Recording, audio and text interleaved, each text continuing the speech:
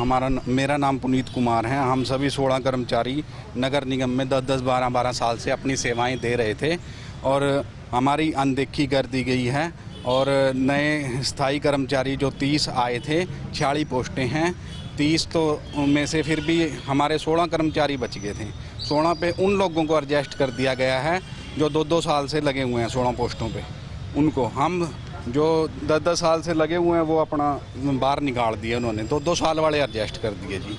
हमारा सरकार का ये लेटर है कि किसी भी कर्मचारियों को किसी भी कहीं पे भी हो निकालना नहीं है। ग्रुप सी का एडजस्टमेंट का ये लेटर है।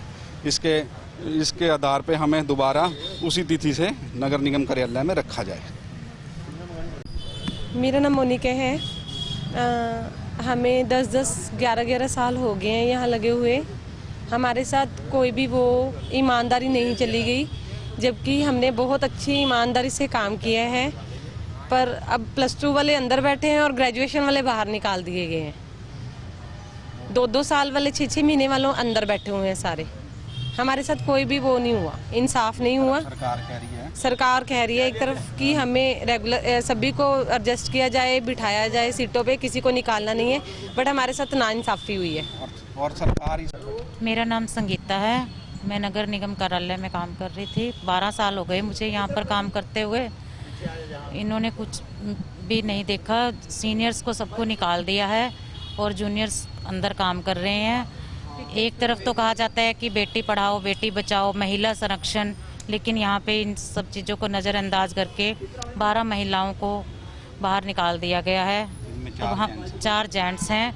हम अपनी पूरी ईमानदारी से अपना काम कर रहे थे और हमारे काम में कोई कमी नहीं थी।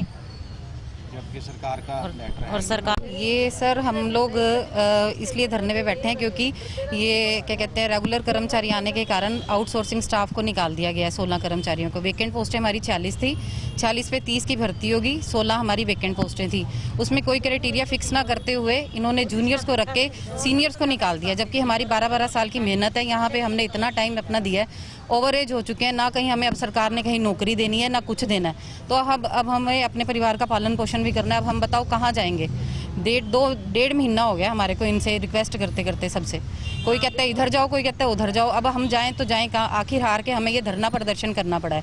हमारी मजबूरी है ये, क्योंकि अब अगर इसके आगे कोई रास्ता अगर हमें सरकार देती है तो ही हमारे लिए कोई हल निकल सकता है इस समस्या का। नहीं तो हम लोग तो बेघर हो चुके हैं। नौकरी से भी हमारे को वो कर दिया है। घर में बच्चों की फीस देनी है, स्कूल वालों का नोटिस आ रहा है, सब कुछ आ रहा है, लेकिन अब हमारे को कोई हेल्प करने के लिए कोई तैयार नहीं है, कोई नौकरी पे रखने को तैयार नहीं है। हमें कहते हैं डोर टू डोर में चले जाओ, लेकिन डोर टू डोर में अब हम अपनी क्वालिफिकेशन के अकॉर्डिंगली हम वहाँ एडजस्ट होंगे। हमारा सारा एक्सपीरियंस 0 कर देंगे अब, क्योंकि हमारा अगर मान लो आगे कोई इसमें सैलरी का भी क्राइटेरिया फिक्स होता है अकॉर्डिंग टू एक्सपीरियंस। अगर 0 से 3 साल तक की सैलरी और है, 3 से 5 की और है, 5 से 8 की और है, 8 से लेकर 10 साल की सैलरी और है। हम तो फिर 0 से स्टार्ट करेंगे अगर हम कहीं करते भी हैं तो। ओवर एज है हमारे को, किसी ने अब नॉट एलिजिबल हैं फॉर एनी वेयर।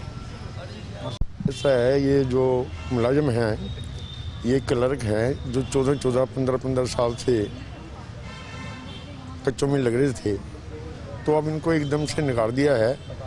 जो 16 बंदे हैं वो बंदे जो है इनसे जूनियर हैं जो रखे हुए हैं।